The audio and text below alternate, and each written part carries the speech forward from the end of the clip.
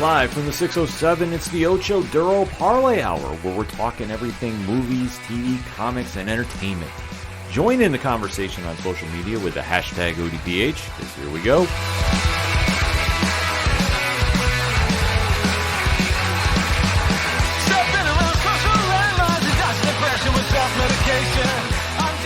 Welcome to an all-new edition of the ODPH podcast, better known as the Ocho Duro Parlay Hour. What is happening, everybody? Thank you so much for joining us this week. My name is Ken M. Joining me in studio, as always, you know him. He's the co-host. His name is Padawan J. Let me talk to you. Yeah, and boy, do we have a lot to talk about in the land of movies, TV, comics, and more. You are tuned in to the entertainment edition of the ODPH, and we definitely want to interact with you after the show. So, Pat, where does everybody head on over to? ODPHpodcast.com. Right on. You swing on over there, join in the conversation on all the social media accounts. Check out the TeePublic Store link. A lot of stuff going on over there. The Patreon link, one tier, $2 a month. Shout out to Mike from the Multiverse of Badness, the latest patron joining us, and he is getting a lot of bonus content on the way. Also, the blog section where we always got reviews coming. The directory, which, Pat, how many providers are we on? 125,000. Sounds about right to me. I never question. He is a statistician for a reason, folks. Also, the classified section where you can find everything going on with 3FN Podcast, Dragon Master Games, Nerd Initiative. A lot is going on with Nerd Initiative right now. A lot of things we can't talk about right now. So that's why you want to drop that follow, subscribe, and make sure you don't miss anything happening, because there's a lot left to do in 2023 before we have a monster 2024. Also, the music section where you can find everything going on with Brian Wolf and the Howlers. Shout out the Robots, Floodlands, who have a new album coming out. I heard. Yeah, that's the big rumor. Promotional art was released today as we're recording. Second Suitor, Tom Jolu, the list goes on and on. Basically, if it's anything and everything that is the ODPH, you can find it at odphpodcast.com. And always remember on social media to use the hashtag ODPHpod. Kicking off the entertainment edition of the show, we have to recap an episode of a Disney Plus show that raised some eyebrows. Goosebumps. Yeah, it definitely had that effect, and rightfully so, because obviously... Factually, I'm accurate. Yeah. There is a lot going on with this episode. I was really surprised when we initially were talking about this, the reaction on social media that it generated. Like, we're not talking Ahsoka Shadow Warrior level. No. But this show, based in the Marvel Cinematic Universe, had a lot of people talking this week. And we have to dive in and break down the latest of the Tom Hiddleston-led Loki. So 3 episodes in on a 6-episode season for season 2. And there's a lot to discuss as the god of mischief of Norse mythology is running crazy in the time stream. And after the mess that he and Sylvie, played by Sophie DiMartino, caused last season, well, Kang the Conqueror, played by Jonathan Majors, is going through the time stream. The multiverse is in peril. And there's a lot to pick up with the pieces. Luckily for Loki, he has his best friend, as it's looking to be. Yes. And that is one Mobius, played by Owen Wilson. And their mission now is to put everything back together. Yeah. Can they do it? Well, 2 episodes down, things are not looking great. No, they were in the middle of building a 500-piece puzzle, I guess you could say, last season. And somebody came through and flipped the table and, spilled all of those pieces onto the floor, breaking them all apart, and all of a sudden they're on a time crunch because they got to get the puzzle put back together. So with this latest episode entitled 1893, there's a lot to break down. Now, if you're new to the ODPH, first and foremost, thank you for checking us out. We do appreciate it. Drop a rating on your favorite podcatcher. It does help the algorithm of the show. We like to give a spoiler-free statement about the episode, so we can have a little conversation with you if you haven't seen it. And we don't want to ruin anything for anybody. That's why we always have a 72-hour embargo on social media, that we don't discuss anything on there, because we want to give you ample time to go check out movies, TVs, and comics, that we don't ruin anything for you. However, after we give you the countdown, it is game on. We talk spoilers. We deep dive. We hold nothing back. So you have been fair warned. And if you're not sure when to jump out, Pad puts the timestamps in each episode, because that's how much we care about this. So you don't have anything ruined, and you can't say, "Oh, I heard it on the show, and you guys talked about this." No, we don't do that here. Other podcasts might do it. We don't. So that said, Pad, give me your spoiler-free statement on 1893. It was okay. There's some developments in the episode that I enjoyed, and it's interesting to see where they're going to go with things.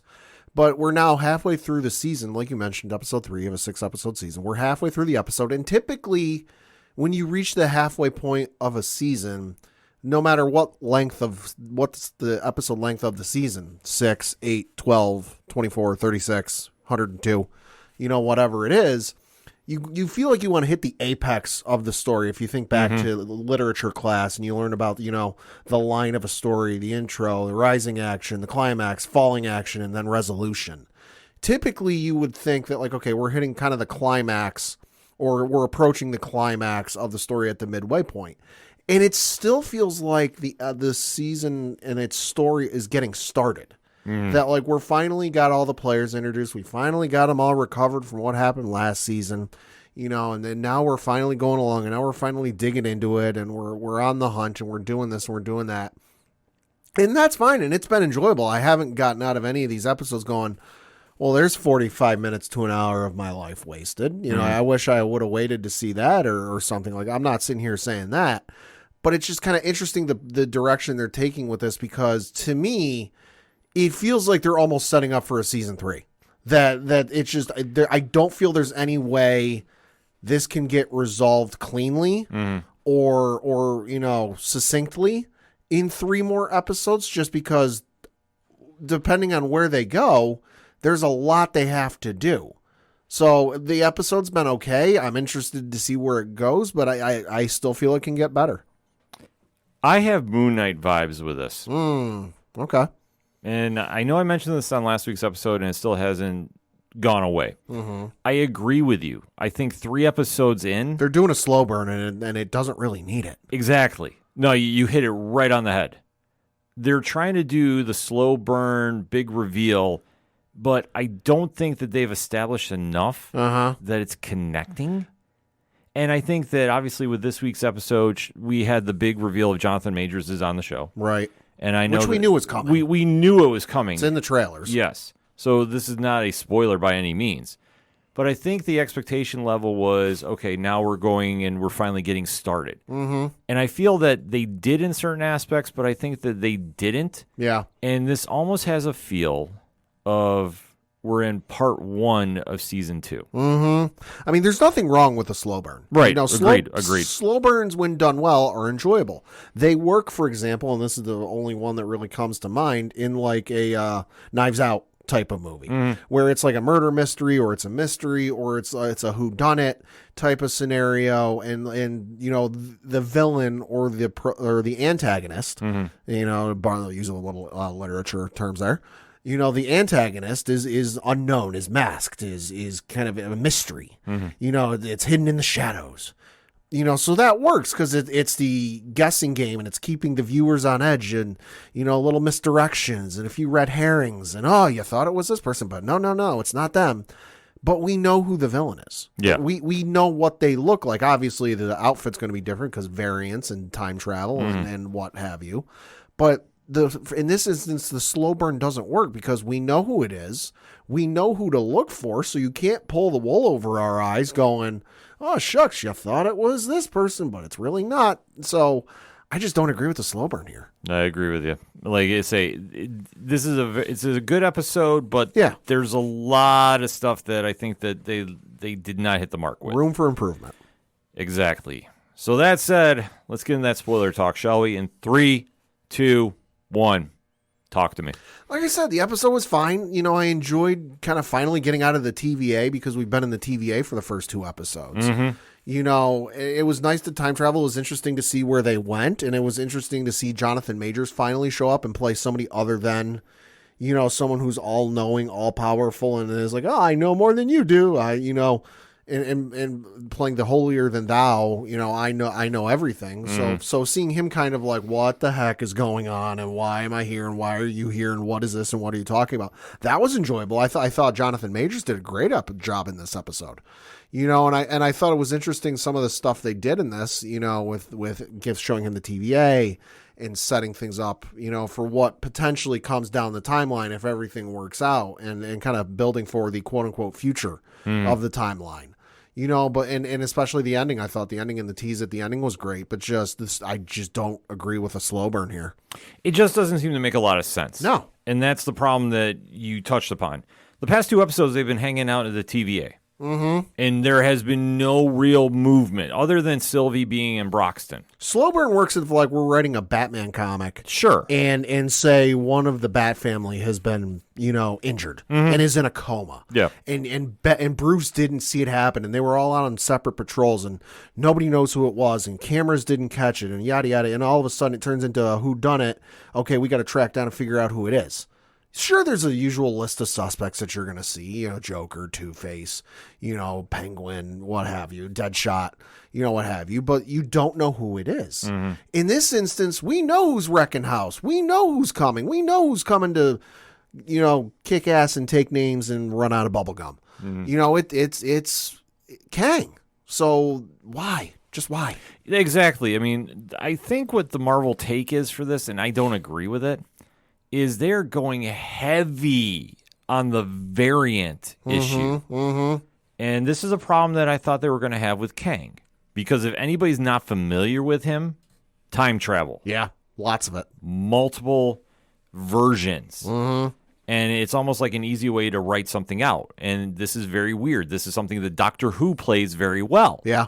But not everything is Doctor Who. Even Doctor Who says time travel's a mess. Exactly. So the fact that they want to kind of dance around this, I thought it was going to be problems, and this is kind of where the angle is leaning towards pop culture about having that guessing game. But it's not really there. Like, no. I don't think that there's a fever pitch about who is really Kang. Right. And I think that that's where they're going wrong with this show. They're even going wrong with it from the standpoint, say what you will about Ant-Man and the Wasp: Quantumania, good, bad, or otherwise. Greatest Fantastic Four movie without the Fantastic Four in it. Yeah, but there was that scene in the ending, I can't remember if it was in the end credits or right before the end of the movie, whenever it took place in the movie, where it was the Council of Kangs, and then it was the like Roman Colosseum-like thing, and the entire seating section of this Colosseum were all clones of Jonathan Majors. Yeah. So when you establish, at least from the ones we saw, and sure you can play it off later that, there was one in the background that didn't look like Jonathan Majors. Well, fine. If you want to go that route, sure. Mm-hmm. But for what we know and what we saw a Coliseum full of people who look like Jonathan Majors. Mm-hmm. And yet you're still trying to play, well, one of them might not be Jonathan Majors. Yeah, which I think that's where they're going heavy with in this episode. Right. And I'm fearing that because Kang is a good villain. Yeah. But he's not that good of a villain. Mm-hmm. Like, I'm sorry. You can look at the timelines he's had with the Avengers and the Fantastic Four. Right. Like I say, he works in certain stories better than others. Yeah. I think for him being the big bad of the MCU, I'm really kind of struggling with it. And that's where we kind of see here. Because not a good start. Right, because the problem is that they've been breaking this into 2 different parts. Mm-hmm. That you've had the Sylvie story where she's gone to Broxton, Oklahoma. Mm-hmm. You've had the whole TVA family get together with Tom Hiddleston's Loki. Mm-hmm. And you've had Owen Wilson's Mobius working with the breakout member, Ki-Hu Kwan, of OB, of trying to put the multiverse back together. Yeah. And during this entire time, this is when they realize, oh, yeah, there's somebody missing, and she is traveling through the multiverse. Mm-hmm. And that's Gugu Mbatha-Raw, who's playing Ravonna Renslayer. Yep. And now she is tracked to Chicago, 1893. Yep. And she has the one entity that can fix, allegedly, everything. This is all we think. Mm-hmm. And that's Miss Minutes, who's voiced by Tara Strong. Yep. So that's where everything begins in this episode. Right. So they're going to they have their own side mission, which is like, okay, this is a little interesting, but let's go with it. Mm-hmm. So they go there because they're looking for Victor Timely, who is a variant of Kang or He Who Remains, because it's all connected. Mm-hmm. Like, that's through the Kang the Conqueror history. There's just multi-versions. So they're trying to connect to one. And it's really kind of an interesting setup because they're going off information that He Who Remains gave them before his untimely death at the end of season 1 of Loki. Mm-hmm. So now they're handing things off to Victor Timely, who is almost like I would say a con artist at this stage. Yeah, kind of. Because he's working almost like on a stage performance at the Chicago's World Fair, and he's hustling some machinery, if you will. Yeah. And while he's doing this is when we have Loki and Mobius show up. And they're trying to get the sense of what is going on and who they have to track down. Because they do find Ravonna, who's in the crowd. Mm-hmm. And they've been tracking the temp pad that she has. Right. And this is something that Sylvie has also been acquiring as well, too. So, so they're kind of piecing everything together. But this almost feels like last episode a little bit when they're Breaking Bad, so to speak. Right. Well, and there's even some stuff in this episode that is given that unless you pay attention and catch it, you'll miss it. That's showing like even what they think is stable and solid isn't, because when Ravonna Renslayer originally shows up to Chicago and meets Victor Henley or Timely. Sorry, Timely. The little font text at the bottom says 1868 Chicago, and then it says Sacred Timeline. And she shows up and she gives him the TVA guidebook. She goes, "Here, I think you could," whatever, I'm paraphrasing, because she goes, "Oh, here, I think you could find this useful." And then when we return the next scene to 1893 Chicago, all of a sudden it says 1893 Chicago, branched timeline. Yeah. Well, because anytime you go back in time and you do something to alter the past, it causes a new branch. That's why it was kind of very messy. Yeah. When we saw the end of season or episode 2 there, when all the branches were dying because they were trying to kill off and make it one universal timeline, which no matter what you do in comics, it's never going to be that way. Like you have, Marvel does it better than anybody. You have one universal 616 universe, and then you have the variants from there, but they all kind of merge one way or another into the 616. Yep. You're starting to see that here, but I think they're not being good about explaining it. And I think that's something that's really hurting the show, in my opinion. But nevertheless, we do see that everybody is now trying to track down Victor Timely, who's now hustling his machinery. He's Thomas Edison. Yeah, pretty much. And I love how Jonathan Majors is playing him, because the one thing that he does is in the same vein as Tom Cavanaugh did with Harrison Wells on The Flash. Yes. Every time you see him play a version of himself, whether it's Kang, He Who Remains, Mortis, so forth, it's always something different to this character.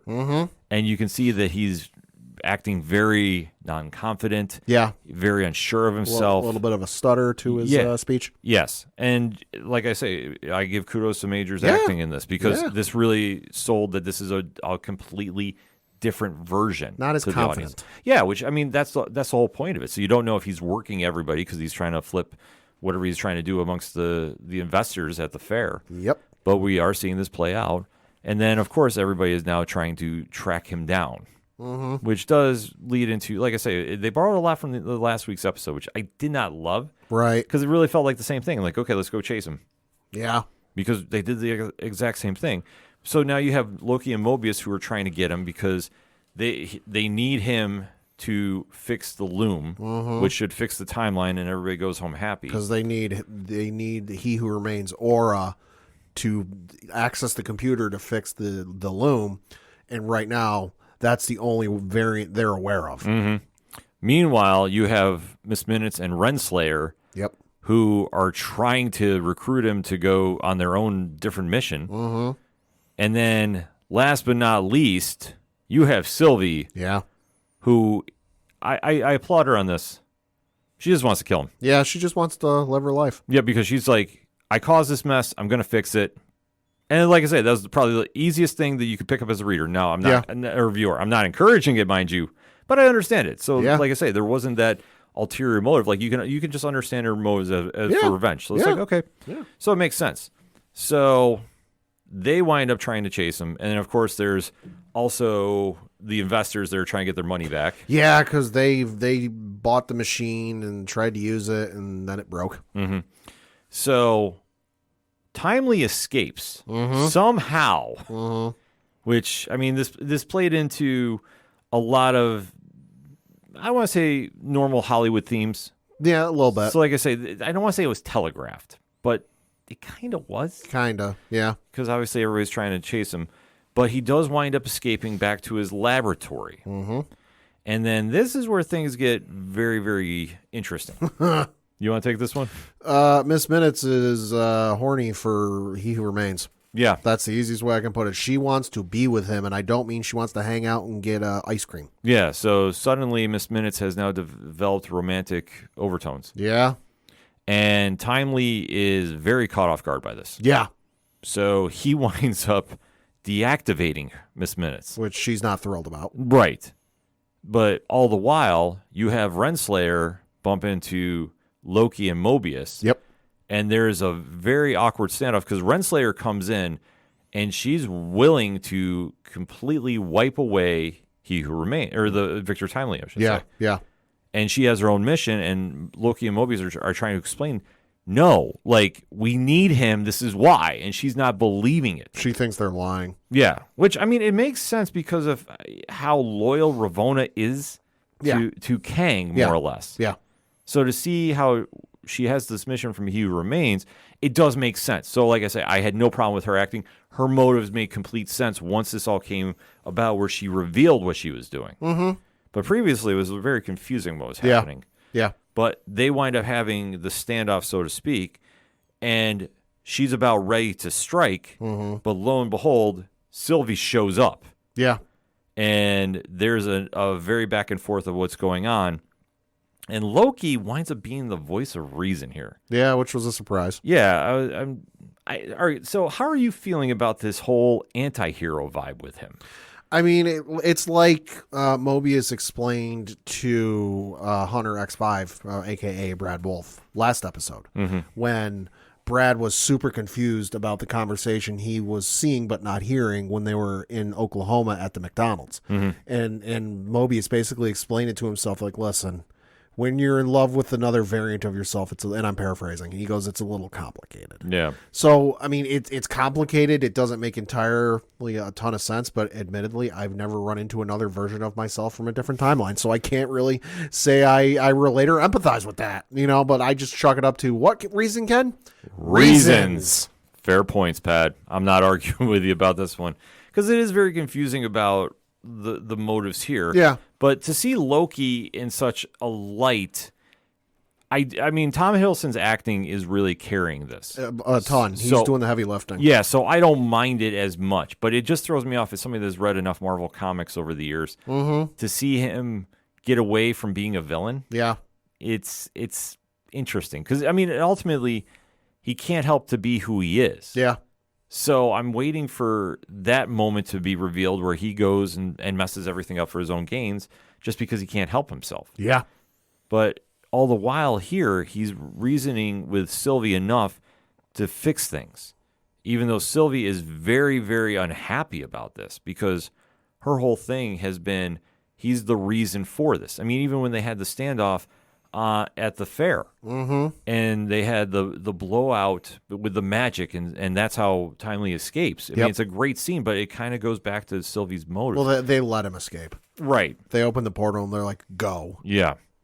It's kind of just an interesting point with Sylvie's character because she's so, wants to start over with her life that she's willing to go to extreme measures to do it. And I think it's just an interesting part of her character. But to see her just allow Loki, I mean, the calmer sense is, in the room, so to speak. Right. Well, and I think she's finally seeing, or at least starting to believe some of what Loki is telling her, because you think back to the last episode and she was just not having fucking any of it. And she did not give to you-know-whats. Yeah. To now, she's showing up, she's fighting, she's ready to right the wrongs that she did, which to me is saying, okay, she may not fully buy in, but she's at least chipped in. Yeah.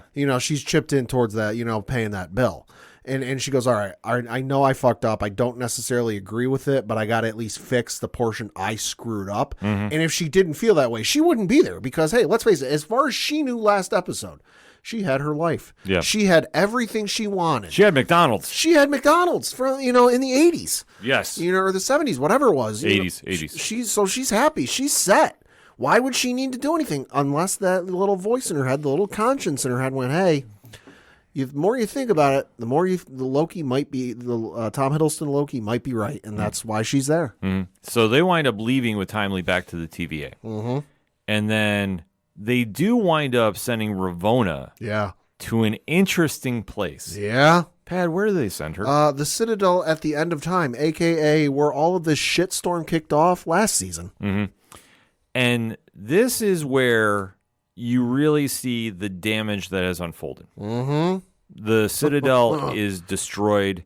You see the rotting corpse. Someone's not paying their HOA dues. Yeah, of He Who Remains. And you see that Miss Minutes, now being reactivated, is there with Ravonna. Yeah.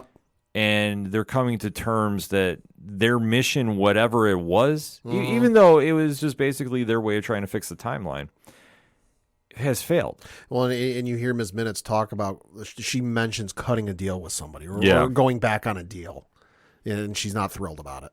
Right, which is an interesting plot point. Yeah. Because this is really sudden about what you're thinking with Miss Minutes, but that's not the line that had everybody talking. So the line that had everybody talking, to paraphrase a bit, is Miss Minutes is saying that she knows a secret about Ravonna. Yep.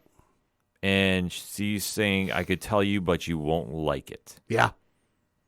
So, and that's how the episode wraps up. But Pat, let me pick your brain here. What do you think that secret is? I think they're going to make her a variant of Kang. I think it because it's, listen, she doesn't like Kang. Ravonna comes from the TVA, if I'm not mistaken. So she's kind of like, oh, you got to go against people who try to do this. So I think they're going to end up making her a variant of Kang. And this is without me knowing anything of like hints or spoilers.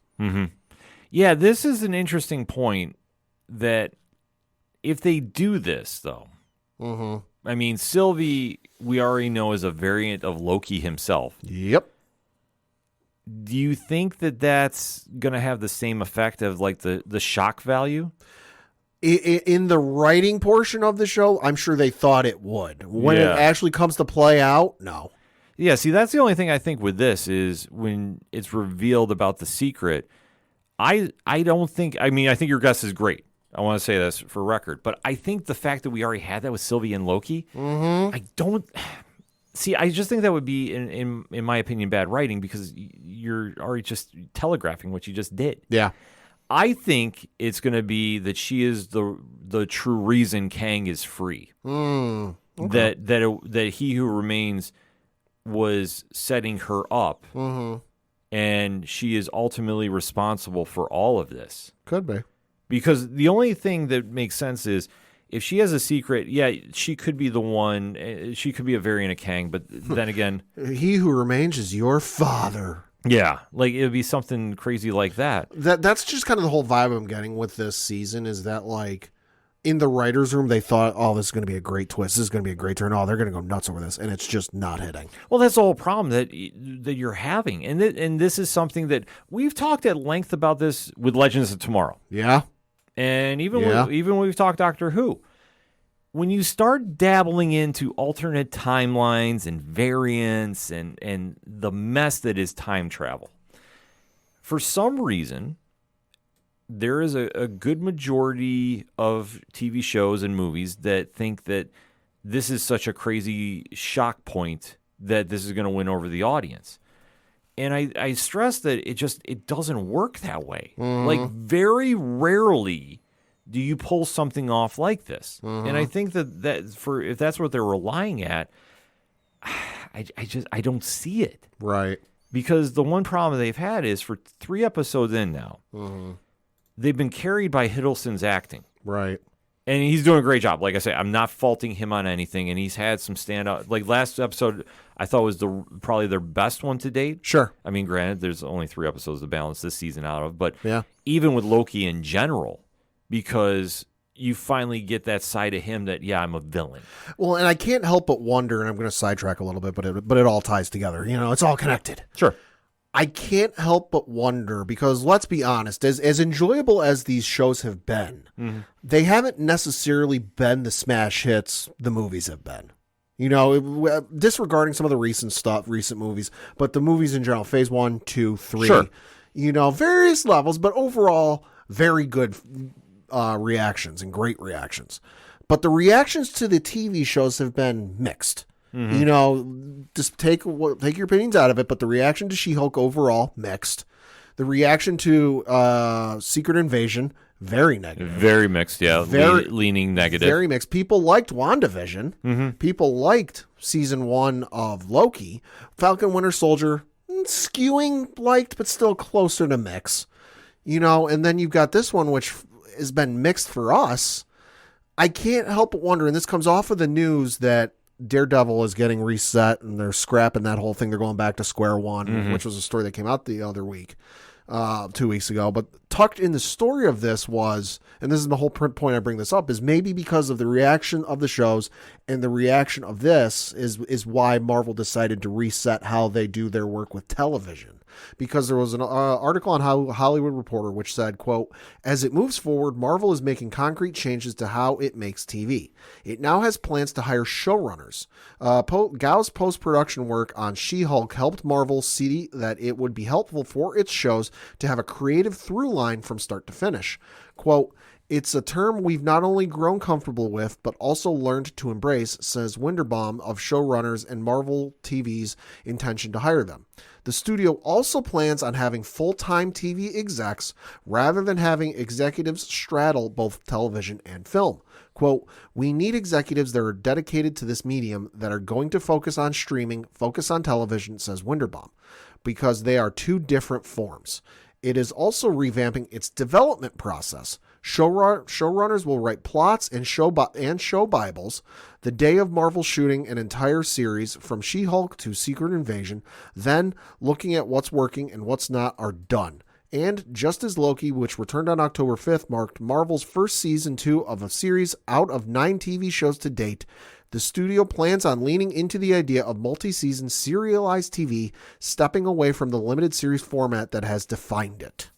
Well, I mean, there are some great points there. But I think it ultimately goes back to when you think Marvel movies. Yeah. And I'm going to take Ant-Man and Guardians of the Galaxy out of this for right now. Just hear my argument. Sure. We had Captain America. Yes. We had Iron Man. Yep. We had Thor. Yep. We had the Avengers. We had the heavy hitters of the Marvel Universe. Remember, Spider-Man wasn't over here yet, so that's why he's out. Yes. Then they unveiled Doctor Strange. Then you had the Guardians. Then you had... Well, for because I decided to pull it up. Yeah, phase 2, you had Iron Man 3, Thor 2, Captain America 2. Then you did Guardians, Age of Ultron, and then Ant-Man. Captain America Civil War came out first in phase 3.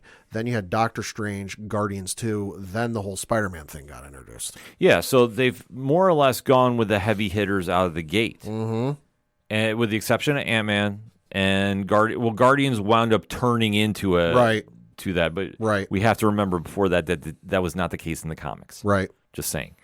But then even now with Captain Marvel and how they've been going about doing different shows, I understand what Marvel was trying to do, but I think it goes back to the argument that we always make here. There is a distinct difference between the pop culture audience and the comic audience. The comic audience is more than willing to check out a show like a Moon Knight. Right.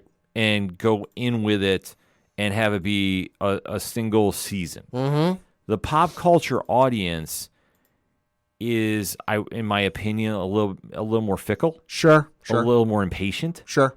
And they want that payout early. And I think that for what they've been trying to do with the TV shows, they've been trying to tie them all together with the movies, but it's a fine line to walk. Right. But I think that in certain aspects, it's not clicking because of different stories that they're trying to do. And especially if you're trying to do self-contained and you only get 6 episodes to do it in, or 8. Right. That can be tough depending on the story. Right. So I think that the structure idea for Marvel is not a bad idea. And I think now, especially with how Loki has been, Yeah. that's why I think it's probably for the best. I would agree. Yeah, just because you even look at something like Moon Knight, which was good. You know, had slightly, I would say, had positive reactions. Wasn't like a smash hit success. Wasn't rave reviews by everybody. Liked by a lot of people. You know, and I know some folks who Moon Knight became their favorite character just because of the portrayal Oscar Isaac did in that show. But as for the character, even Oscar Isaac has said, yeah, I know we've got some ideas for what we'd like to do for season 2, but we've heard nothing.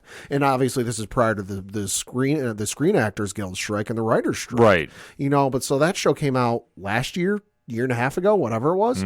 And now that's the other issue you have with these shows and introducing these characters. I've got nothing wrong with them introducing characters in shows because there are, let's face it, DC, Marvel, whatever universe you want to talk about when you're adapting it from comics to live action. Some characters work better on the big screen than others. True. So, you know, there's some characters, they're great, they're awesome, but can you really get, you know, a 90-minute or 2 hour plus feature film out of them? Probably not initially. You can build up to it, but you can't go out the gate with it. But now the issue you have with this is, let's face it, there's a lot of streaming these days. There's a lot of TV shows out these days and a lot of movies coming out these days.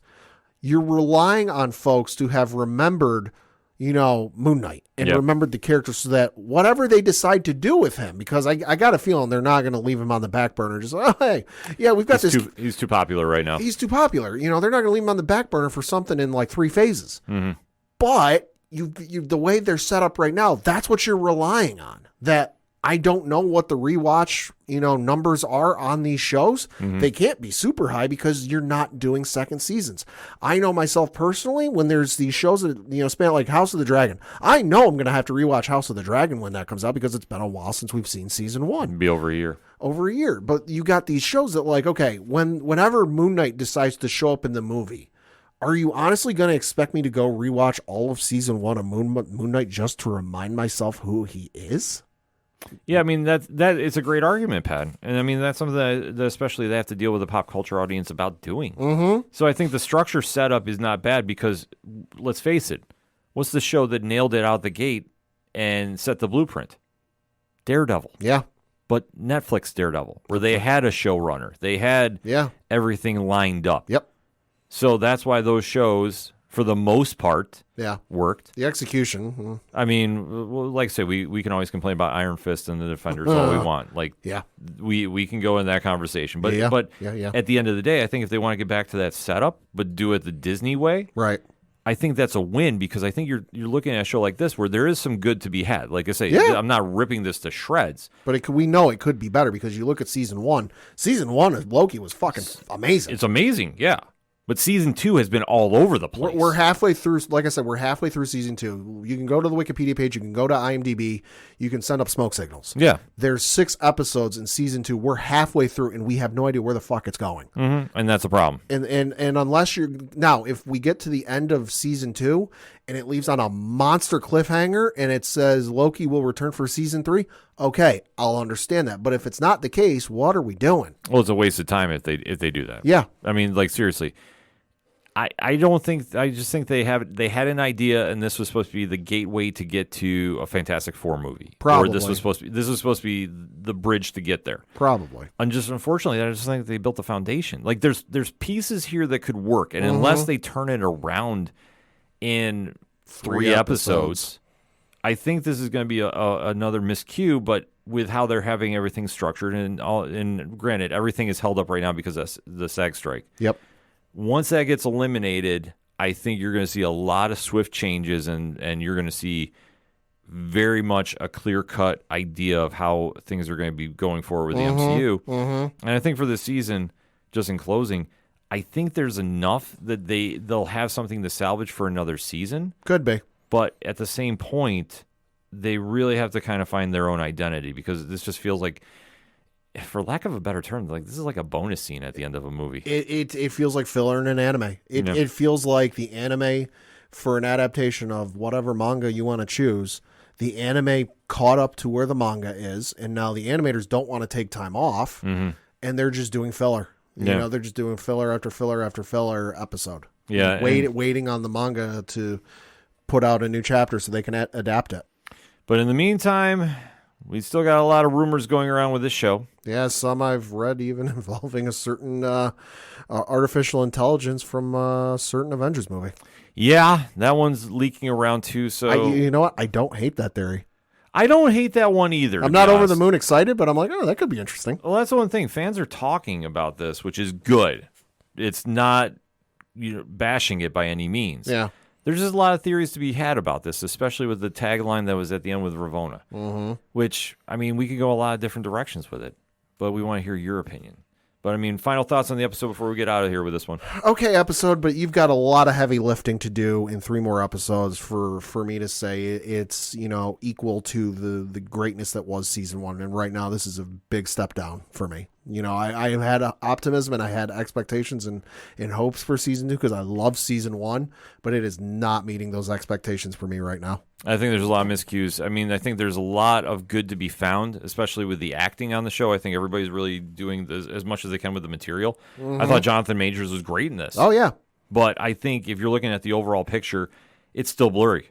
Yes. We don't have a clear-cut direction where we're going. We're trying to add too much in the middle. And especially with 3 episodes left, there has to be a lot of groundwork that's cleaned out. So hopefully this week's episode gets us on that path. Otherwise, this is going to be a long way to the finish line, and I just don't know if we're going to have a payoff yet. But that being said, hit us up on that hashtag ODPH pod.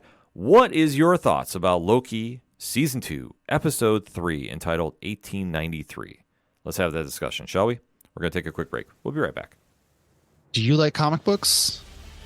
What about movies and TV shows? Well, we may be the show for you.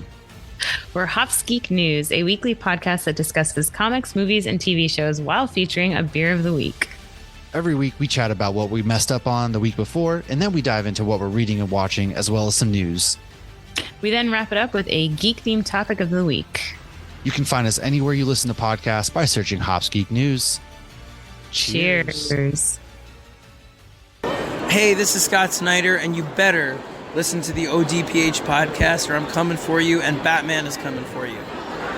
Coming back for the final segment on this edition of the ODPH podcast. Pad, what you got? Got a couple things to talk about. The first of which is some unfortunate news because we had 2 passings this past week of some legendary actors. The most recent of which was Richard Roundtree, who passed away just a couple days ago at the age of 81. Of course, he's best known for playing who, Ken? Shaft. Yes, he played John Shaft in the television series back in the 70s. Known for a whole bunch of other stuff, but that's what he's primarily known for. So definitely, a trailblazing actor, an incredible actor. Amazing actor. Did some phenomenal stuff. So, definitely thoughts, prayers with his family and friends there. He will be sorely missed. And then the other one that had passed the couple weeks ago that we got to mention was Burt Young, who passed away at the age of 83. Also known for a whole bunch of stuff, but was primarily known for being Paulie in the Rocky films. So that was definitely a big loss. So, again, thoughts, prayers, and well wishes with his friends and family as well. Yeah. No, I mean, amazing actors. Yeah, no, phenomenal. Then switching over to some television news. There was a little book that came out in the last week that helped clear the picture on some things regarding the Marvel Cinematic Universe. Oh? And this book is Marvel Studios' The Marvel Cinematic Universe, an official timeline. Okay. There's no official asterisk on this, but I'm going to asterisk it and say for now because, it's written with up to phase 4 in mind. But reading from an article by Eric Diaz on Nerdist, the article reads, quote, "What is canon and what is not to the MCU has been a topic of fervent fan debate for years. Is Agents of S.H.I.E.L.D., which referenced the events of Avengers, actual MCU canon? What about the former Netflix shows like Daredevil, which also made mentions of Avengers like Captain America and Thor? Well, now we have an answer to that question from the guy in charge, Kevin Feige. In his introduction to the book, Marvel Studios, The Cinematic Universe, An Official Timeline, he wrote the following, quote, "On the multiverse note, we recognize that there are stories, movies and series, that are canonical to Marvel, but that were created by different storytellers during different periods of Marvel's history. The timeline presented in this book is specific to the MCU's sacred timeline through Phase 4. But as we move forward and dive deeper into the multiverse saga, you never know when timelines may crash or converge. Hint, hint, / spoiler alert, close quote. So it sounds like for now, Agents of S.H.I.E.L.D., the Netflix series are not canon to the sacred timeline, but like they still happened. And whether they choose to bring them in or not is up to the discretion of those in charge at Marvel. I think it's a no-brainer. Agents of S.H.I.E.L.D. is greatest fourth season of television history. Don't even question me at it. You could, between myself and Joey from So Wizard, we will stand on that hill and fight to the end. Yeah. Yep. But it's always a question because I think at the time, Marvel just wasn't expecting them to break off like this, with everybody going everywhere, and it was all supposed to be together, and then, reasons, probably the definition of reasons. Yeah. It's still a debate, but I mean, honestly, if you look at the shows, you look at everything that was involved with it, Agents of S.H.I.E.L.D. was tailor-made for the Avengers, and obviously different reasons, it's in question, but I still think that they should have Ghost Rider, Robbie Reyes from that show, come over to the MCU. Yes. I'm still waiting on a Midnight Sun show. And like I say, we have not heard a word about Johnny Blaze in forever and a day. This is true. Obviously, with the strikes going on, but if they want us to slide in Robbie Reyes instead, they can write something. 1,000% okay with this. And then speaking of the strike, we got some news and update on the SAG-AFTRA strike. Reading from an article on Variety.com, and boy, this is a freaking story. Yeah. Quote, the CEOs of 4 major entertainment companies offered SAG-AFTRA on Tuesday an improved bonus for the most watched streaming shows, as well as higher increases in minimum rates. But the studios are still not offering a cut of total streaming revenue, which the Actors Union has made the centerpiece of its demands to end its 104-day strike. SAG-AFTRA is expected to deliver its response to the studio's latest proposal today. Though the two sides continue to negotiate, there remains frustration on both sides that more progress has not been made. The 4 CEOs, Bob Iger of Disney, Donna Langley of NBC Universal, Ted Sarandos of Netflix, and David Zaslav of Warner Brothers Discovery came to SAG-AFTRA's Mid-City headquarters on Tuesday for the 6th time this month, and the first time since talks broke down on October 11th. They were expected back at the table Wednesday. In the Tuesday sessions, the CEOs sought to impress SAG-AFTRA leadership the economic stakes as the stalemate drags on. According to one source, the CEOs suggested that certain TV shows would have to be canceled if the strike goes on much longer.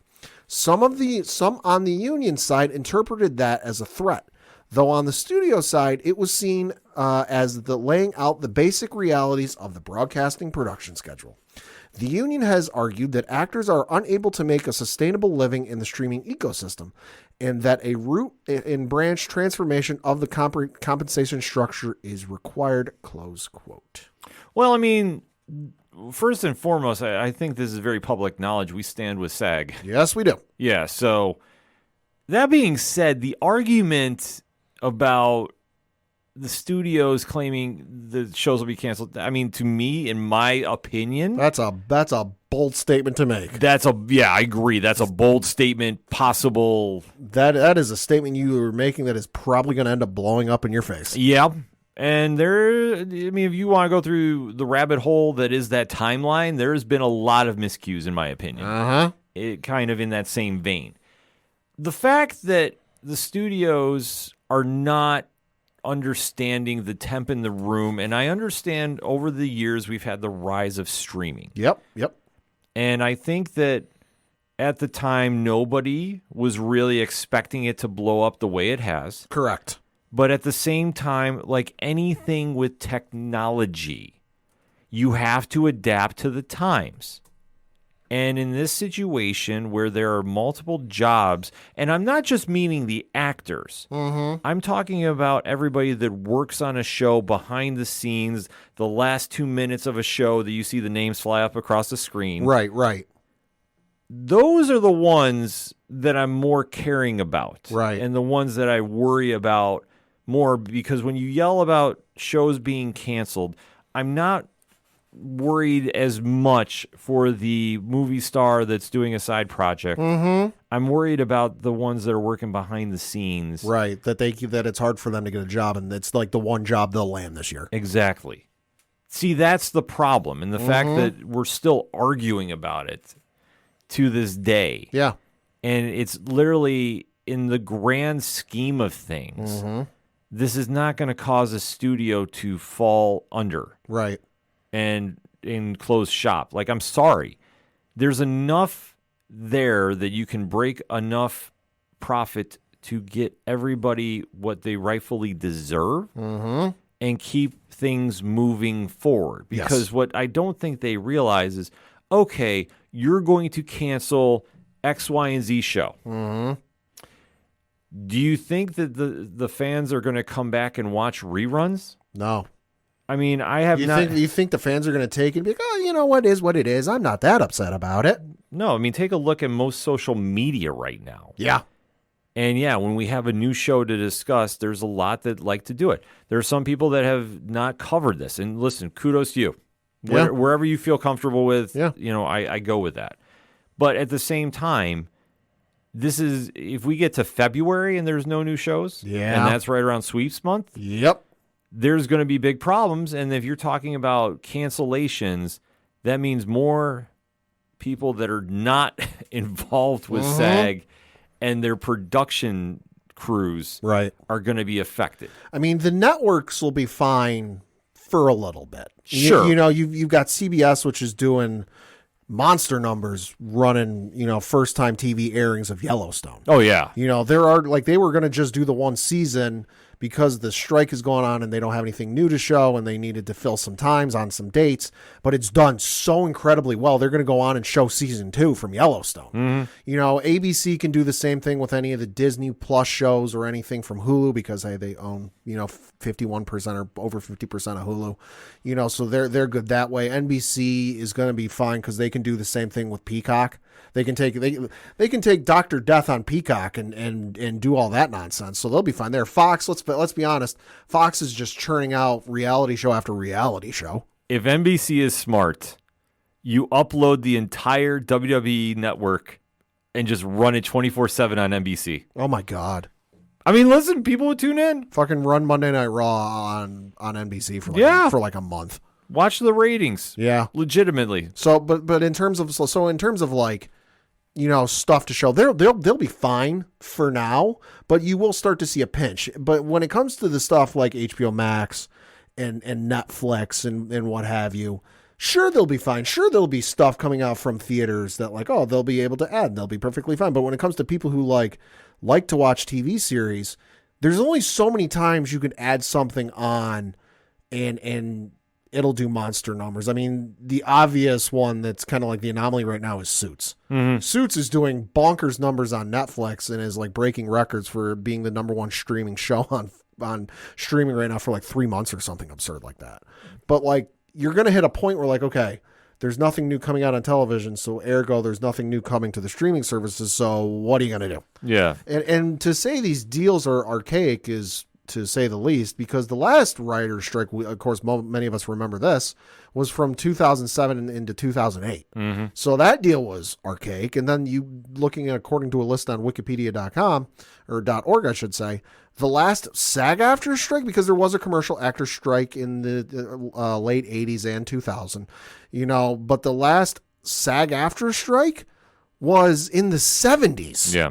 So these deals are not updated for modern times, and I think the studios need to realize that. Well, that's the biggest problem. They want to remain in the ways that they've had for years. They want to be in the driver's seat. Yeah, which, I'm sorry, life is moving forward. We'd all like to stay in the past for certain things. Times change. Right. But we don't have that luxury. And they don't have that luxury. And now it's like...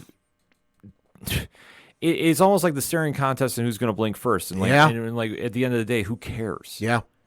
Nobody's making money. Pay them. Exactly. This is not that hard of a deal to make. Yeah. And especially now, I mean, I know that Y'all are jacking up the prices on every streaming service known to man right now. Yeah. I mean, even Apple TV I saw today is going up another $3-4. Yeah, it's going up $9.99. It's going to be $9.99. So you can't tell me, and especially all of you are, and I mean, when I say you, I mean you, the streaming services, are cracking down on password sharing. Netflix has obviously implemented. Disney Plus is starting to do it. I know they're doing it in Canada. I wouldn't be surprised if they start here next.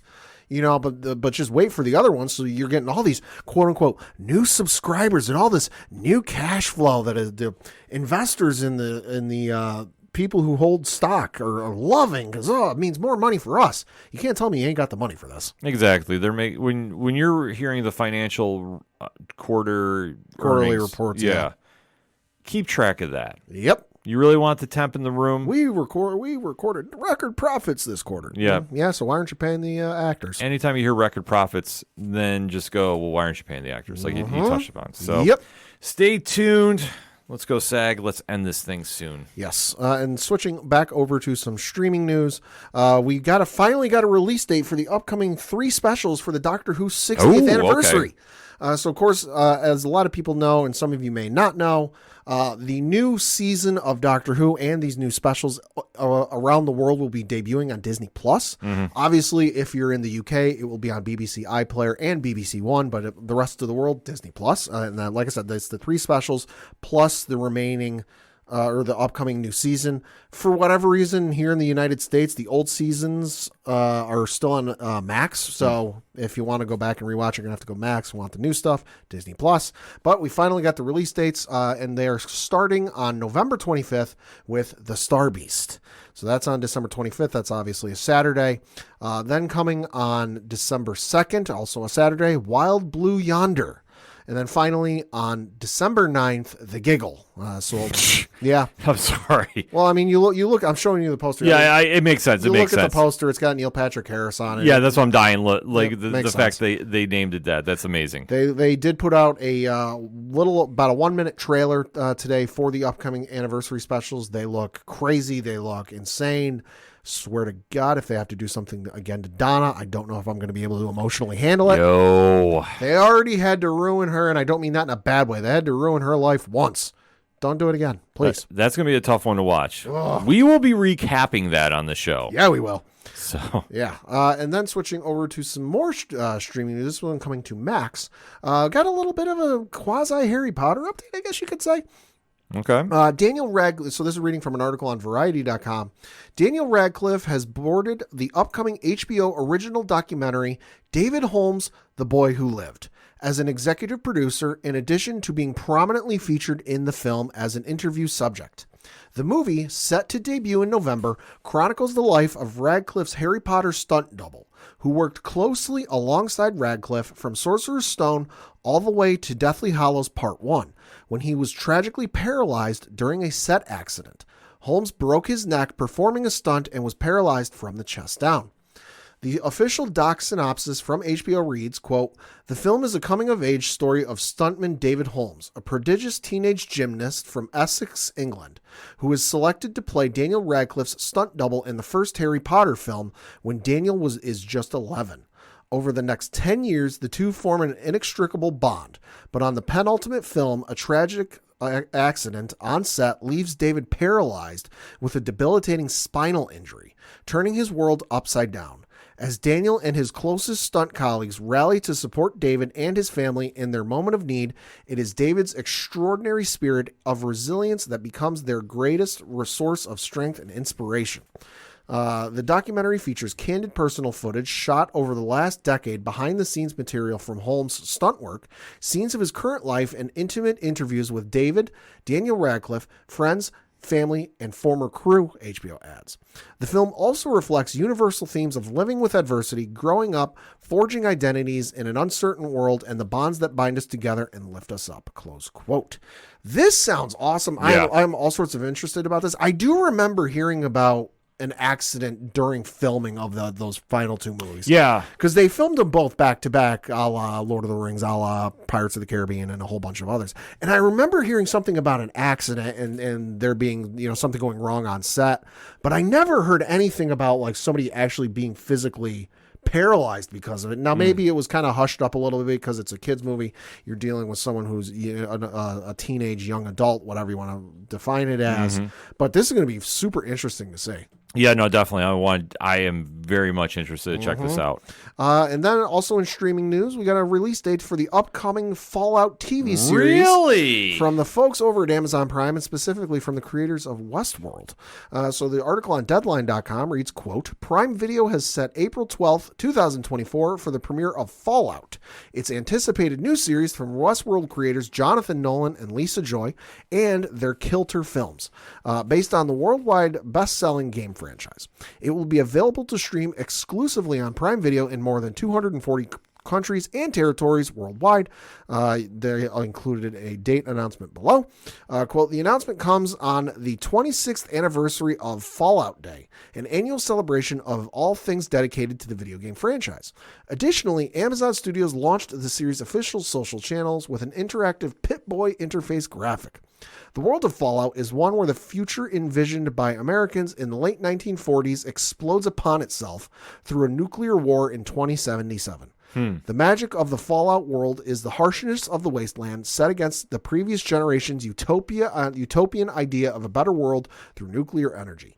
Set in the future post-apocalyptic Los Angeles and world of Fallout, the series is an original story based on Fallout that will be part of the canon of the games.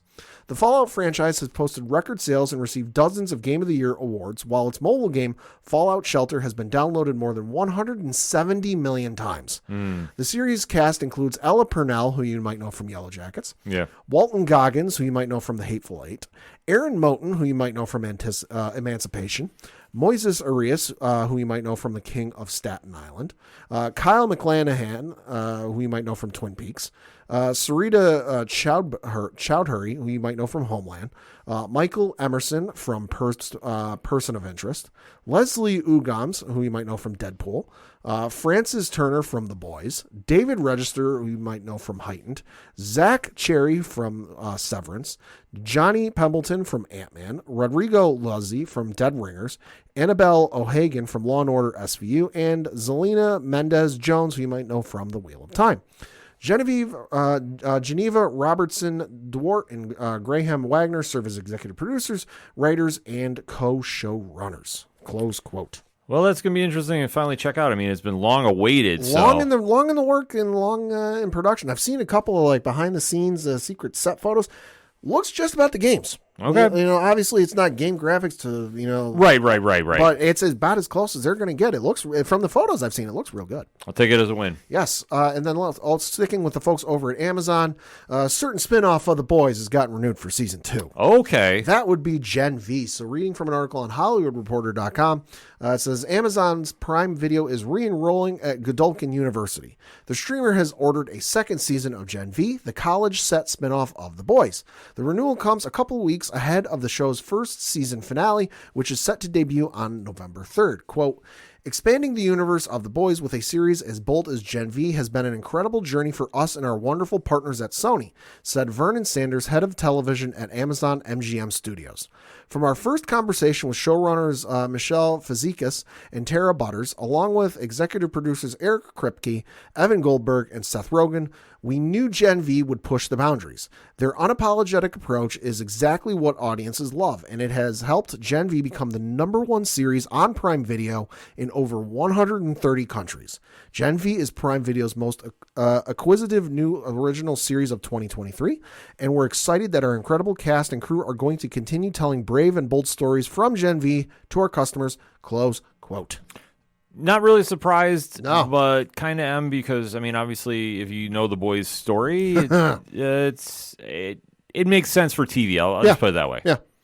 Happy to see it get renewed for season 2. I mean, it took a little bit for the show to get going for me to enjoy it. The last couple episodes have been phenomenal. It picks up. I know, it does. I know we haven't talked about it on here, but it starts a little slow, but it definitely picks up by the end. Yes, it does. And lastly, and certainly not leastly, got to talk about one of my favorite franchises.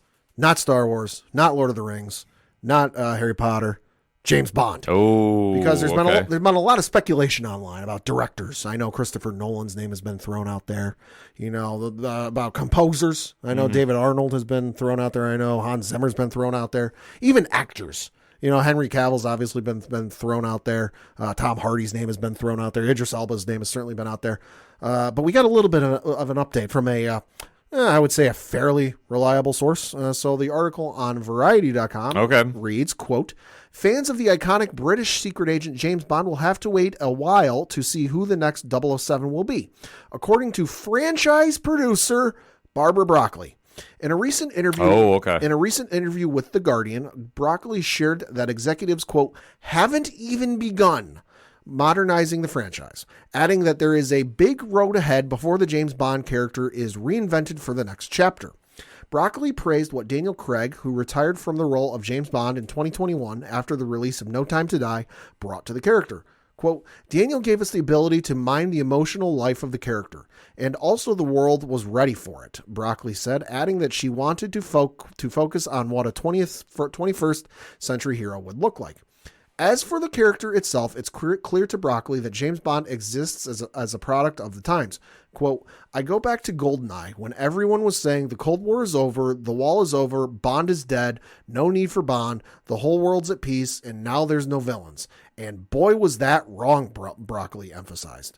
Although it might be a while until a new Bond film appears in theaters, audiences can stream this series 007 Road to a Million, the first appearance of the James Bond brand in unscripted TV, hosted by Succession star Brian Cox. This global adventure series will follow pairs of contestants as they navigate challenges set in Bond-related locations. Asked if they're planning other James Bond TV spin-offs, Broccoli said, quote, our focus is making the feature films. When we get going on a Bond movie, it takes our full attention for 3 or 4 years, so that's our focus, close quote. She continued, we make the Bond movies for the big theatrical screen, and everything about the Bond movies is for audiences to see around the world on that format, so we've not wanted to do television, close quote. So it sounds like any rumors or suggestions of acting might have been a little premature. Suggestions or rumors of any directors might have been a little premature because they haven't even fucking started. Right. Because as has been noted in the past, the production schedule and the production for a James Bond film is arduous to say the least. Very intense. This isn't exactly, like a green screen heavy film where, we're just going to stay in England and go to Pinewood Studios and film the whole movie in front of No, like if they're going to the Himalayas, they're going to film in the Himalayas. Mm-hmm. If they're going to film, at the tip of the bottom of South America, they're going to the bottom of South America. Yeah. Like they're not half-assing this. They're whole-assing this. No, they definitely take the time to really do it right. And so. I don't mind the reality series. I still got to check that out just because I've seen all the movies and it'll be interesting to see what they do and where they go and how they incorporate it just because James Bond has been around, in film from the 60s. Yeah. So that'll be cool to see. But in terms of TV spin, no, the character is just way too big. No pun intended, for small screens. Mm-hmm. It's got to be a feature film. Yeah, it just wouldn't work. I mean, even with the streaming, especially with Amazon's budget too. I mean, yeah. You could argue it, but I could see him doing like a Felix Leiter series. Yeah, maybe, yeah. But not Bond. Right. But there's no need for it. No, definitely stick to movies. Definitely not. All right, before we get into comic talk, I definitely got to talk about the premiere of the last 6 episodes of AMC's flagship show of the Walking Dead universe, Fear the Walking Dead. I mean, well, it is a flagship show since the main one's gone. Well, I mean, there's a lot of argument for Daryl Dixon. That's true. Which I have not gotten a chance. I'm going to be very honest. I've seen little bits and pieces, but not enough to talk about it. Mm-hmm. I'm planning on watching it before the Book of Carol debuts. Oh, yeah. And then the alleged, I'm sorry, I'm treating it like New Mutants. I'm treating it like The Flash. Like The Flash until I'm actually sitting and watching it. Yeah. I still don't believe that Rick and Michonne thing is coming out, so I'm still waiting to see it. However, though, it is a little bittersweet because it is Fear the Walking Dead, and if you have not been following the ODPH, it is a show that has grown on me as it's been in its later years. The addition of Morgan Jones, played by Lenny James, had really helped the show because the first 2 seasons are they're not good. I'm sorry, in my opinion, they're very, very bad. Yeah, Yeah, you can't even try saying anything. There was promise, but then it faltered very quick. Yeah. But the one thing that this show really kind of took the turns is they went away from outline of the flagship show at the time, and they had no problem killing off major characters. They were really taking a horror aspect to it, and they really impressed me during the 2020 year because they started off with the anthology style. So for somebody that was coming back to the show, I was watching it as a new viewer, and I was getting single episodes, getting connected with each character. Right. And I thought it was brilliant how they set that up.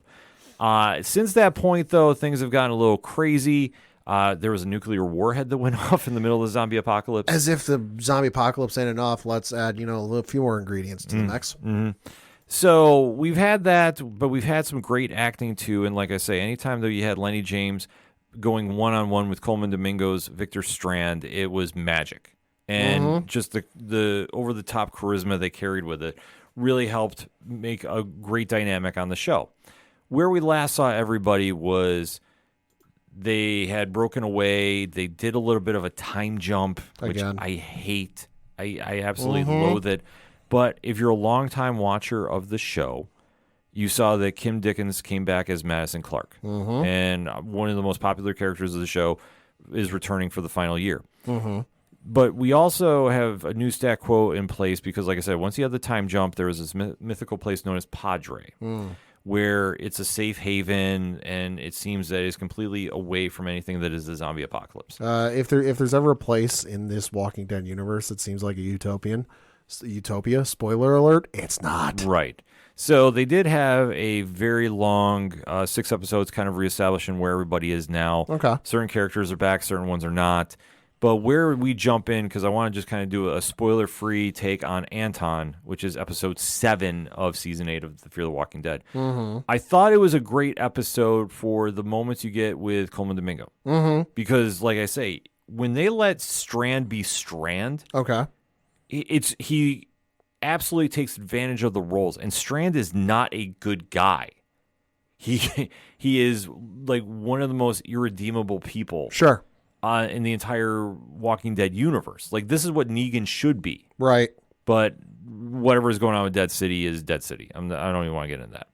But where we have is Strand. Strand was someone that had his own colony during this nuclear wasteland that was going on, and he could not get over his anger towards Morgan and the group about what was going on, and it ultimately led to its fall. So to see him reinvent himself in a new character known as Anton, and you hear his backstory and how much of a con man he is.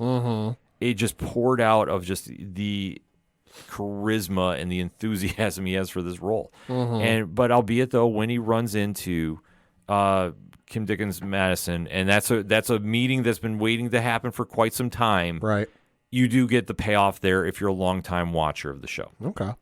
However, though, I thought they fell back into some of the traps of the original Walking Dead series, where it almost seemed plug and play. And I did not like that aspect of it. I thought it took away from the great acting job of Coleman Domingo. I understand where they're going with it. They went for some deep dives if you have been watching from the beginning. Right. Which I haven't. And I had to go dig through and find out. And I'm going, okay, I could get this if I was with this since day one. Since I'm not, it kind of feels telegraphed. Not going to lie. But I'm waiting to see what happens. The fact that it looks like we are at a place and we look like we're going to go somewhere. I'm expecting some big things happening here. I am very optimistic, but I also feel that we're going to have a lot of wash, rinse, repeat. And I don't like that, especially because the show really went away from it and had its own identity. Yeah. And now it kind of seems like one step forward, 2 steps back. But we have to wait and see. I think it's worth a watch. If you haven't checked it out before, you can jump in. You might be a little lost here and there, but it's not enough that would take you out of the episode because, like I say, Coleman Domingo's acting is just superb. So definitely want to check that out on AMC Sunday nights. The final 6 episodes are kicking off, and we'll have a lot to talk about heading into November with that. Yeah. Like we're going to have a lot to talk about because it is New Comic Book Day, and as we end every entertainment edition, we got to talk some comics. So, Pad, what you picking up this week? I got a couple things to pick up. I'm picking up this week. First of which is Action Comics issue number 1058 from Philip K. Johnson and the folks over at DC. This one is Superman versus Clark Kent. When the mysterious young Nora Stone drains Superman's strength and unleashes an imposter tyrant Superman on Metropolis in his place, a powerless Clark Kent is forced to face the monster alone. Who is Nora Stone? And can Clark protect his identity while fighting this impossible battle? Featuring Jean Lun Yang and Victor Bogdanovich's return to the Superman of China. This cover looks fucking nuts. I'm getting real Injustice vibes off of it, obviously. Then for the folks over at Disney and Dynamite Comics, you've got Gargoyles issue number 10 from Greg Weisman and George Cambadeas. This one is a race against time. Brooklyn's attempts to lead the clan have left him feeling disappointed and estranged from those he is closest to. But when some dangerous news comes in, it's up to Brooklyn, Lexington, and Broadway to save the day. Can they come together in time to make the daring rescue, or will daybreak stop them in their tracks? Definitely one to check out if you are a fan of Gargoyles such as myself. Lastly, certainly not leastly, from the folks over at Marvel, you've got Amazing Spider-Man issue number 36. This one reads, Spider-Man has never gone this dark. Now the consequences are unraveled. Will New York ever look at him the same way again? The thing I'm learning from these last couple issues is like they set you up for high expectations. Yeah. And then you get to it and the expectations are like, a foot off the ground. So go in with low expectations. Going to warn you now, but we'll see how this ends. And Well, because this kicks off right into Gang War, right? Yeah. Okay. Yeah. Gang War I'm excited about. And then lastly, certainly not leastly, issue number 1 out this week from Marvel. Marvel Zombies, Black, White, and Blood. Oh, God. Uh-huh. Oh, man. So the list of artists on this one is you've got Garth Ennis as one of the writers. Alex Segura. Okay. Ashley Allen. And then on cover art, you've got Gabriel Delato. So that looks nuts. Yeah. Rachel Stott is another one of the artists. Javi Fernandez is another artist. And then Justin Mason is another one of the artists. Ken, I'm showing you the cover. Yeah, that looks insane. A little insane. So the description of this one is, quote, an all-new era of Marvel Zombies. The undead plague starts here, and you know it won't stop until everyone's in its clutches. The first of 4 action-packed, utterly original, gloriously gory anthology issues features Daredevil, Spider-Man, Moon Knight, and many, many more Marvel heroes and villains beset by ever-growing zombie hordes. In a brutal, blood-stained world, can hope survive, or will creeping, gnawing, shambling horror win out at last? Right in time for Halloween. I'm impressed you're picking that up. Oh, I'm gonna see this. I'm impressed This is because gonna be nuts. you're not into horror. So I can do zombies though. Okay. Zombies, I'm fine with. I'm just saying, like, because I know you and you're reading, so that's why I'm like, okay. There's a fucking parental advisory on this cover. Oh yeah, there was no chance that was going to be anything that's the black, white, and red or blood series. Right. Yeah, that's mature readers. There's Yep. there's no gray area there. No pun Nope. intended. This is gonna be nuts. It's going to be insane. So for me, let's go back to DC because there is a book out this week. Okay. And this is one I started catching some wind on social media about. I was already planning on writing this because I was really interested to see what they're doing with the JSA characters. We've seen some books out from the Justice Society of America members. And then I heard an amazing speech about this book. And this is Alan Scott, The Green Lantern, #1 by Tim Sheridan and Sion Tormey. Now, this is a very, very cool book. Okay. I don't want to give any spoilers away, but the one thing that really I'm stressing, go out and buy this book, buy multiple copies, is Tim Sheridan got on social media and is saying that he is donating 100% of his royalties for the series Ooh. to the Elton John AIDS Foundation. Oh, that's awesome. Yes. So for all 6 issues, he's donating 100% of his royalties. That's awesome. Yeah. So I think it's a great charity to be supporting. I think what Tim is doing is amazing. And really go out and get this book. The book is fantastic. I don't want to say any spoilers because I don't want to ruin anything for anybody, but it's well worth picking up. This was the book from DC I was really amped to check out. And they have a stacked lineup this week, too. The Flash 2 is out this week. Penguin #3, Wonder Woman #2. Like, they have had some great ones come out. Like, everything DC's doing with the Dawn of DC is really picking up steam, too. So I just got to say, if you haven't been checking it out, definitely go swing through and go get those books. But like I said, Alan Scott, The Green Lantern, for me, that was the book that I can't scream enough. Go pick it up. And go get multiple copies. There's multiple variant covers. You can go do some things. And like I said, for 6 issues, it's all going for a great cost. So definitely check that out. over at Image Comics via Skybound Entertainment. Pat, I'm going to show you a cover. Okay. Let me see if this catches you off guard. What the fuck? This is Void Rivals number 5. Okay. But with most of the Image Comics coming out this month, Yeah. they're doing an homage to The Walking Dead. Oh, okay. That makes sense. So they're doing it's a very cool cover by Connor Hughes for the series. Robert Kirkman, Lorenzo Di Felici. They are doing some great things. This is the Energon universe, so you know they have a lot going on with this series.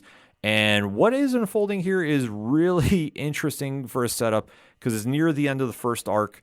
And there's a lot of things happening with Darek and Solia. And if you haven't checked the series out, because I know, in my opinion, it might get overlooked a little bit because with Transformers with Daniel Warren Johnson coming out, I think that there's a lot of people that are just more excited for Transformers and G.I. Joe, which, I mean, Joshua Williamson writing that is going to be phenomenal stuff, too.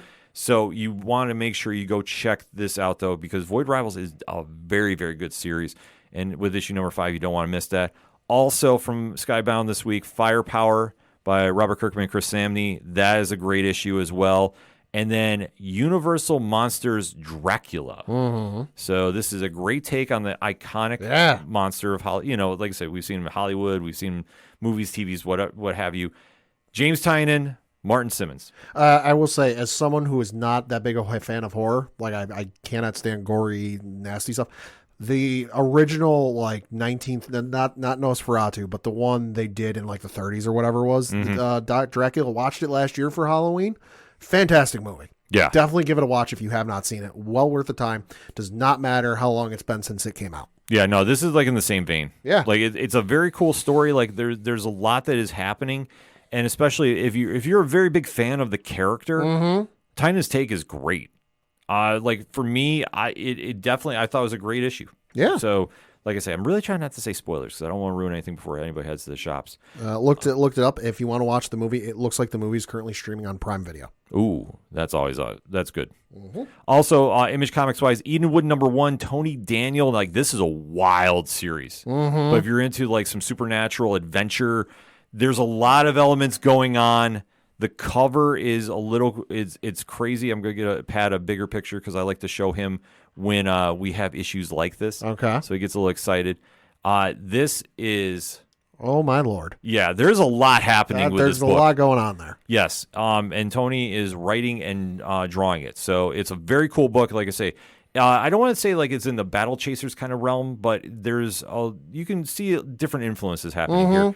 But it's a really good intro to what is going on. This is going to be an absolutely crazy story when it happens. So definitely excited to pick that one up this week. Also, officially out Radiant Black 26 and 26.5. Hey-o. So you know the whole team over there, Black Market Narrative, has a lot going on with this. In fact, if you check ODPH social media, you'll see what the fine folks there sent over. So definitely very appreciative always of the support that they show us. And it's well worth it because, trust me, they put on amazing stories. And what's happening with the Catalyst War is not disappointing in any way, shape, and or form. Also, we have a debut that I've been excited for quite some time. Okay. I couldn't really talk about this in New York, but I'm glad I can talk about it now. Gone by Jock from Distillery is finally out.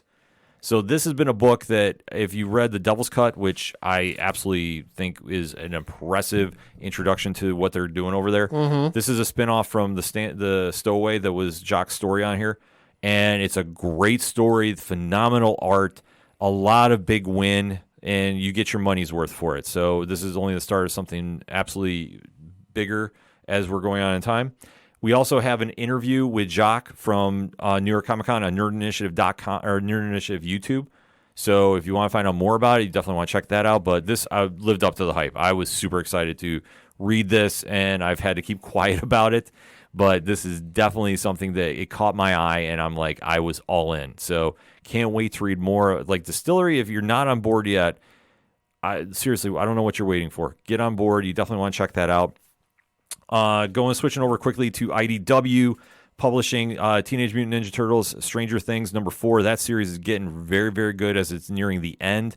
Also, Dark Spaces Dungeon.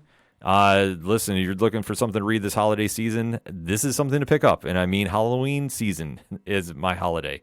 So also some great Star Trek books are coming out. IDW is putting out a lot of great work. If you haven't checked them out lately, highly, highly, highly recommend what they're doing. Over at Dark Horse Comics, Black Hammer, The End, number 3. That one is a very, very cool series. If you haven't checked that out, by Jeff Lemire and Malachi Ward. That one is something like what they're doing over there is it's wild, it's crazy, it's something that just it brings out the fandom in you. So you definitely want to check that out. Also, there is a book that I got the chance to check a little late, but it lives up to the hype. Joey from So Wizard was talking about it. Okay. It's called Drive Like Hell. Uh-oh. So this one is absolutely adrenaline. It's crazy, and it is living up to the billing that it's showing. Rich Duick and Alex Cormack is behind this. So that one, if you haven't checked that one out, I really, really, really recommend that one because that's got a lot happening there. And lastly, but certainly not leastly, heading over to Boom Studios. Absolutely love Boom Studios. They always do phenomenal work. The Horror trade paperback is out. Okay. So if you're really looking for an insane classic Hollywood horror story for this time of year, go pick this up. The book is amazing. So fortunately, we've been reviewing it for quite some time, and like the trade paperback is out now, so you definitely want to get that. Alice Never After by Dan Panozin. Number 4 is out, and this is a very, very twisted take on the Alice in Wonderland story and goes a lot of different directions, but it's always a fantastic read. So I definitely can't recommend that one enough. Also, Mighty Morphin Power Rangers 113, Melissa Flores, Simona G. on Felice. The Darkest Hour crossover is going on. Do I need to say more? No, not really. Fantastic work by Melissa and the team. Like always, like if you haven't checked out Power Rangers, like go get the books. They're that good. There's also a series out that just debuted called Slow Burn Number 1. So this is by Ollie Masters, and I apologize if I messed the name up here. Luigi Minotti. And this is a very cool crime story-esque vibe to it. So this one is going to be gaining a lot of word of mouth. Like I've been hearing a lot of our fellow comic content creators have been talking about this book, and it's definitely one that has caught my attention. I didn't get a chance to fully review it this week because life happens, but rest assured, I am definitely checking this out, and we might be having a longer deep dive down the road about this because I'm hearing a lot of great things about this. And last but not least on my list, Something is Killing the Children 34. Uh-oh. James Tynion, Werther del Edera, and what they are doing in this book. Holy smokes. You want to talk about slow burn, nobody does it better than James Tynion. And what they do in this series is this has been a payoff for months of issues. Albeit though I'm showing Pad the variant cover. Oh. Which, I mean, it's fun. Halloween themed, that makes sense. Yeah, so Giuseppe Camuncoli has got the very cool Halloween variant for it, and this is just something amazing. But the entire issue blew my mind. And this has been something that if you've been reading since they started this arc, we are getting a payoff. It does not follow or doesn't fall off, and there's a lot of big win about this. So definitely a lot to be excited about at the comic shops this week. If you need more reviews, nerdinitiative.com has you for a lot of books today. I want to say we're double digits for reviews starting at 9 a.m. this morning as we're recording. And we're always talking books throughout the week. So there's more Marvel reviews coming out as well, too. It's a great time to be a comic fan. So if you haven't checked it out, make sure you do it. And also, Alan Dunford stopped by Turn a Page last night. The Kickstarter for Grandma Chainsaw number 3 is coming to a close within the next couple days. So depending on when you hear this, we do have the link up at odphpodcast.com. Go sign up for the book. Alan is amazing. Everything they're doing over there with his team is nothing short of phenomenal work, and just go support the hell out of him. He's just doing amazing, amazing things there. And as we like to end each and every entertainment edition, make sure you go out and support your local comic shops wherever you're at in the world, because you know what, honestly, there's nothing better than walking into a shop on a Wednesday and talking some shop with your fellow fans. For anything and everything it is the ODPH, you can find it at odphpodcast.com. That's it for this week. So for the one and only Pat Owanje. Thank you. I'm your host, Ken. Thank you as always for listening to the ODPH podcast, better known as the Ocho Duro Parlay Hour. See you next time.